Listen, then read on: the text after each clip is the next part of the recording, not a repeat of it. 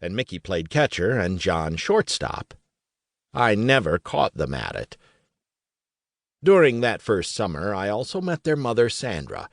She was a single divorced parent and went by her maiden name, which I kept forgetting, and, like most people, I referred to her as Sandra Bowie. Her family and mine weren't what you would call regular friends. We didn't keep up with each other's lives, and we didn't socialize. But something about Sandra and her sons reminded me of family. Sometimes, when our sons were younger, Sandra would drop Jon and Mick off at our house for a sleepover, and sometimes I would drop my sons, Mike and Dan, off at her apartment. As Jon and Mickey grew older, they played baseball and football and tolerated academics, which did not interest them particularly, despite their naturally quick minds. When her sons were old enough, Sandra hired them to do occasional jobs at the daycare center she managed. Jon and Mickey got full scholarships to play baseball for Dickinson State University in Dickinson, North Dakota. Mickey also planned to play football, so he left home 2 weeks ahead of his brother to attend football practice. By then, Sandra had married Jim Kaiser, and she and Jim drove Jon up to Dickinson 2 weeks later. They planned to make a vacation of it and tour the area after the boys were settled. When they arrived, Jon and Mick informed them that they had decided that North Dakota was not for them. It was too cold, too far from home, too whatever. Jim and Sandra thought the boys were just getting cold feet and told them that they wouldn't abandon their vacation plans. If the boys weren't staying, they would have to find their own way home.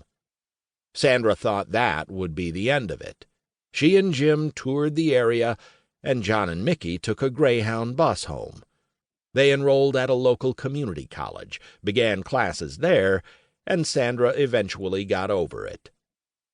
That night at the motel, Jon and Mickey were enjoying winter break during their second year of college.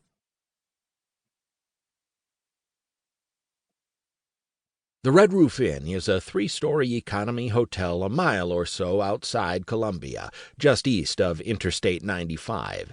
It sits along a high grassy embankment paralleling Route 1. It was January cold at about 10:30 that Friday night as 15 warmly dressed young people got out of their cars and gathered in the parking lot.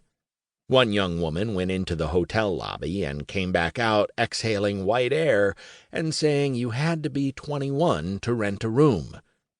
Only Jeff Phipps, short and stocky with reddish-brown hair, was 21. Jeff had been Jon and Mickey's next-door neighbor for several years, had attended college briefly, and now worked in construction. He and the Bowies lived in adjoining townhouses, had gone to the same high school, and sometimes hung out together even though Jeff was 2 years older. Jeff went into the lobby and soon came out waving a room key. The room was on the first floor, facing the parking lot next to the end unit. It was a standard motel room with a double bed, a dresser with a TV on it, and a round table with 2 chairs. Jon and Mickey brought a case of beer, and one of the young women also brought a case. One kid brought a pipe that he claimed belonged to someone he knew. It was a tobacco pipe, but it could be used to smoke marijuana. Those I spoke with later wouldn't say who brought the pipe, but they insisted that no marijuana was smoked that night. One young woman brought a camera. Most of the kids found room to cram in on the bed, and they chatted as they waited for a popular late-night talk show to come on, starring Arsenio Hall. A couple of guys moved the chairs by the door and sat there. They had been in the room a half hour or so when the phone rang, and Jeff answered it. He hung up saying it was the front desk, and they had to keep it down. They tried, and did, for a while. Jeff made a pass at one of the girls. His girlfriend, a slender blonde, got angry and ran crying into the bathroom. Jeff left in a huff, and then there were 14, 8 girls, 6 guys. A few girls went into the bathroom to console Jeff's girlfriend. Mickey didn't know her that well, but he followed the girls in to see if he could.